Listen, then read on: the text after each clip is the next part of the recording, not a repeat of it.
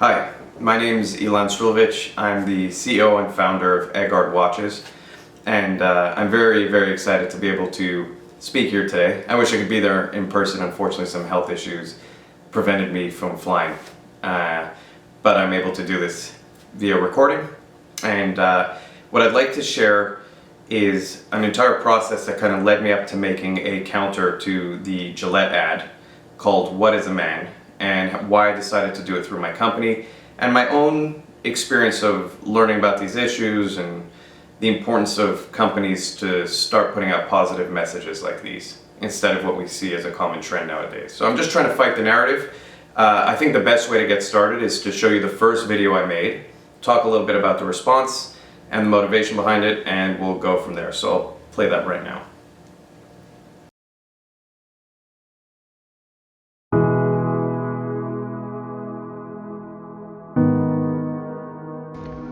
What is a man? Is a man brave? Is a man a hero? Is a man a protector?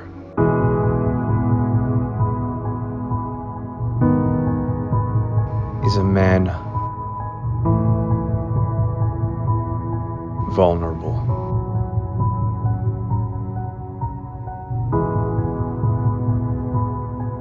Is a man disposable?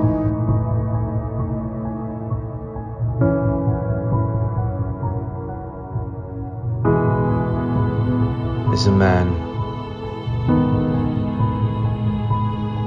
broken?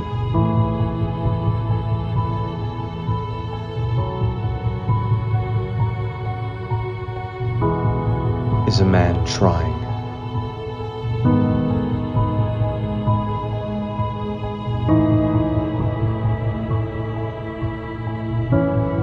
We see the good in men.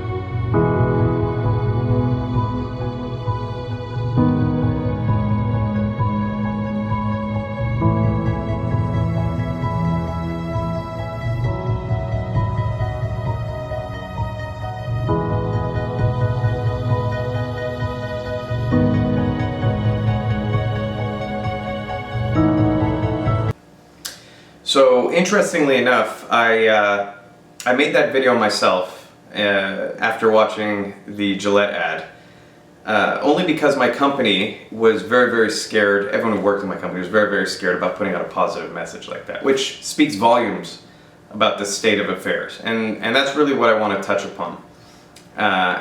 So essentially, I saw the Gillette ad. I would say that was the straw that broke the camel's back. You know, there were countless kind of examples before this.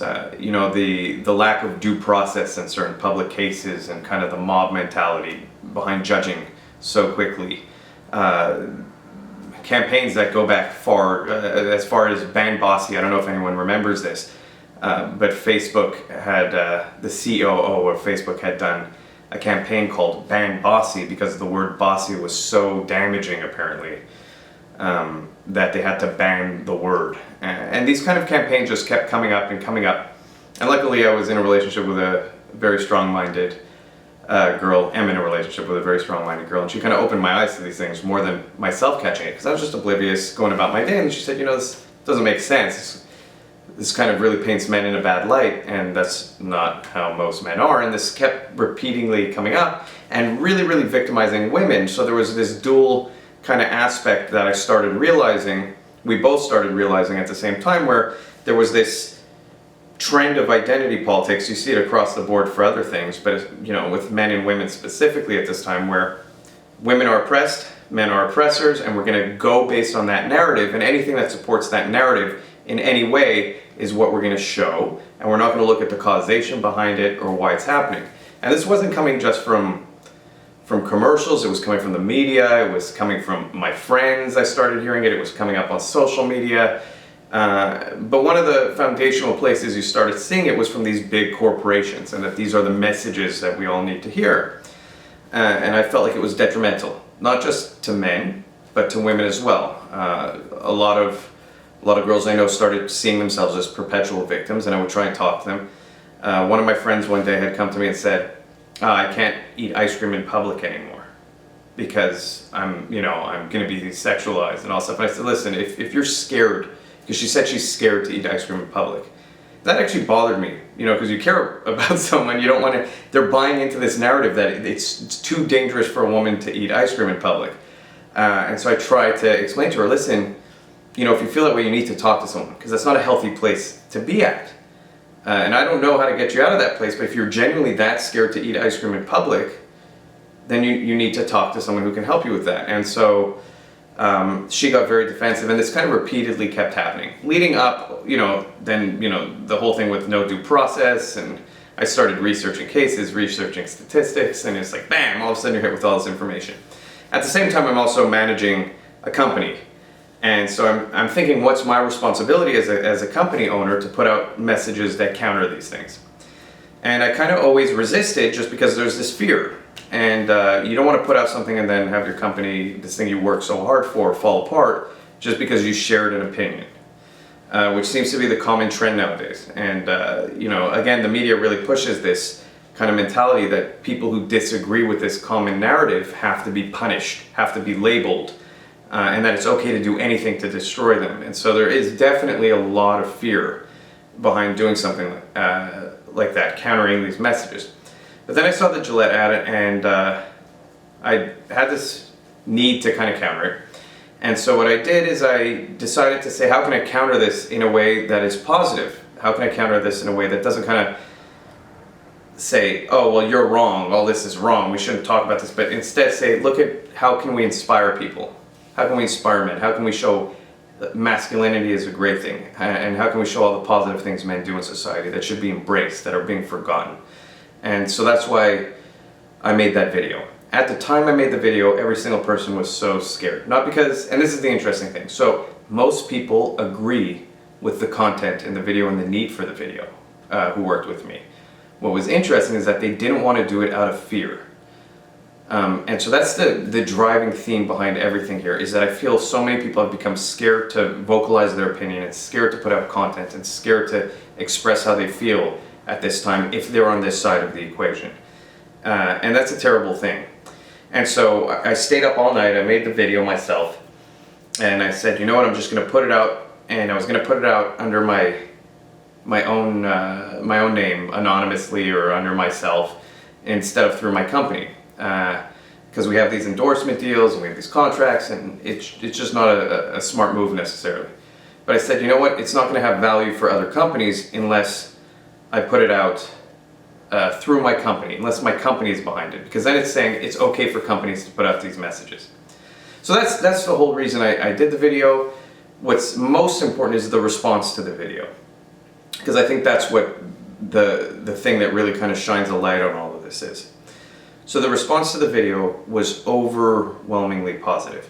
Not just from, the news tried to paint this as a political thing. I saw like Vice put out an ad trying to bash my company and me, and there were some other more left-leaning organizations that did. But interestingly enough, a lot of the emails came in were from people who were left-leaning liberal, saying, I'm getting tired of this narrative as well. I can't say it, I'm scared to say it, I don't want to put my name on this email, and again, this is the theme of fear. Okay, so if I'm going to talk about anything today, it's going to be the importance to realize how much fear there is around this subject, and the need to kind of make people feel comfortable to come out and say, okay, I support this, we need to talk about this, we need to be able to have dialogue around these issues without feeling vilified. And how do we do that? So all these messages came in. Interestingly enough, about 50% of the people who wrote in positive messages were women. So this is not just something, again, that men are looking at and men need. A lot of women want this. They want it for themselves. They want to hear more messages that they can, not be perceived as victims, as men, as oppressors, but also for their sons, for their husbands, for their fathers. They want to hear these positive messages. And they also agree that the way you create a better future is by showing positivity for men. So back to that whole concept of fear. How do we fight, or how do we get out messages as a group, all of us, that start making people say, you know what, I can support this, I can endorse this, I can at least debate with these people and see what these people are about. And I think the first way to do that is when you're at a position where someone's already vilifying you, where someone's already created this narrative. You're racist, you're sexist, you're whatever, every term that gets thrown around, you have to come at it as you can't get caught up in that. You can't start defending. I got called a rape supporter because of the video. I don't know how people come to that conclusion, but that's emails I was getting. And so I could feed into that negativity. We could all feed into that negativity as a group. Or what we can say is, okay, we're better than this. We're just going to keep putting out positive messages. We're going to keep putting out factual data and positive messages and start forming dialogue around these subjects in a way that is not threatening, or at least takes people who are in the middle, who are willing to hear you, because those are the ones we care about, to come and talk and come and hear what we have to say. As opposed to getting in a shouting match or in a defensive match where now I have to defend the person I am or my integrity, because that's useless. That's a losing game. And since this happened, with all the kind of weird attacks that have come in via email, I've refused to engage in those kind of things where I have to defend the fact that obviously if your starting position for debate with me is that I'm a rape apologist, then there's no starting position for debate. You're gone. We don't talk to you anymore. But if your starting position is, hey, can you debate this statistic with me, then I think that's important. And I think we can't lump all those people in with the other people. We have to be willing to kind of take everyone and say, okay, yeah, we understand that, let's see how we can positively put out these messages and positively affect change. That actually led me to what I believe is the most important subject in all of this when I started kind of opening my eyes to it, and that was the amount of fathers who want to be with their kids who can't, and kind of how we perceive fathers in society, and how the narrative toward men as fathers has really gone downhill, which has completely broken apart the two-parent household. If you look since the 60s, it's dramatically dropped. It's gone from 25% to 75%, and in certain communities it's gone from 5% to 25% in other communities. So it's dramatically, gone down or gone up, and there's a major issue there. There's all types of problems associated with not having, interestingly enough, masculinity in your household, because masculinity in the household shows a positive example for young boys to grow up under. And so that motivated me to make another video. I'll show it right now, and I think it's a nice video. It's not all about stats. Again, this is kind of just my take on things that I'm trying to do to show positive views of fatherhood, positive views of men, positive views of all these issues. So I'll share it now, and we'll continue talking from there. Thanks.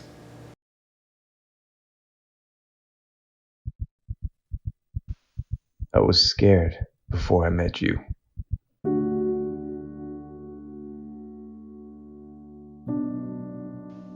But the moment I saw you for the first time, I knew it was game over. I would love you forever. I knew I would stand by your side no matter what. I knew that I would give up everything to make your life better. I knew that every moment of pain for you would be a moment of pain for me. I knew I would be your guide, your example, your standard in this world for what it means to be a man. See, but what I didn't know was just how much this world would test us. I didn't know how strong you were. I didn't know how I needed you just as much as you needed me. I didn't know how much better you would make me. The good, the bad. There's nothing I would change if it meant you weren't my son. And all I want in this world is for a piece of me to carry on with you.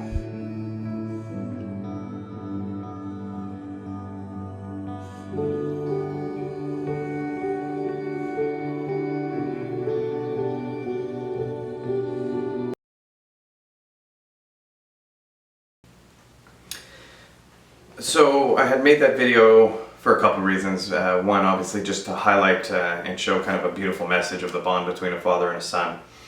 But also to kind of fight this narrative that men are not important in the household. And to just show the kind of positive masculinity that I know is out there. In doing the videos that I do, I find it important to research as much as possible the statistics behind these things, which got me to an important thing for me, which was the high suicide rate in men. That's something that really, really bothered me when I started researching. But what I'm studying now is the correlation between, and there's not a lot of data on this, and so I'm trying to get these studies done, and I'm working with a couple organizations, but the correlation between losing custody for a man and the rate of depression, alcoholism, and most importantly suicide within a short period after that. And I think that if we could bring light to that, then that would have a massive effect on the way people perceive men in the household, because there's such a strong bond there, and to take that away from people really does have a massive effect on them, and a real terrible effect on society in general. So I really hope to bring more attention to that issue. One of the ways I wanted to do that was by starting something on our website called We See the Good. And I had sent out emails about this. Essentially what it is a campaign to get anyone, men or women, to share a positive story of a male figure in their lives. Whether that's a father, a boyfriend, a husband, a son who did something wonderful, a grandfather, someone who helped raise you, a teacher, anyone.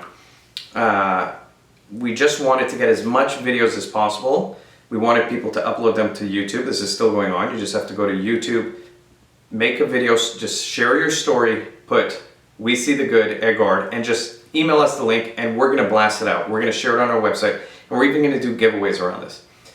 What's most frustrating is that I had shared this with about 30,000 people on our mailing list, and only 2 people shared stories. And so I want to get the word out, and I feel we have a responsibility, all of us, to share these stories. And I know it's hard to share these stories, but if we can get these videos, I feel that, you know, we can flood YouTube with these positive male stories.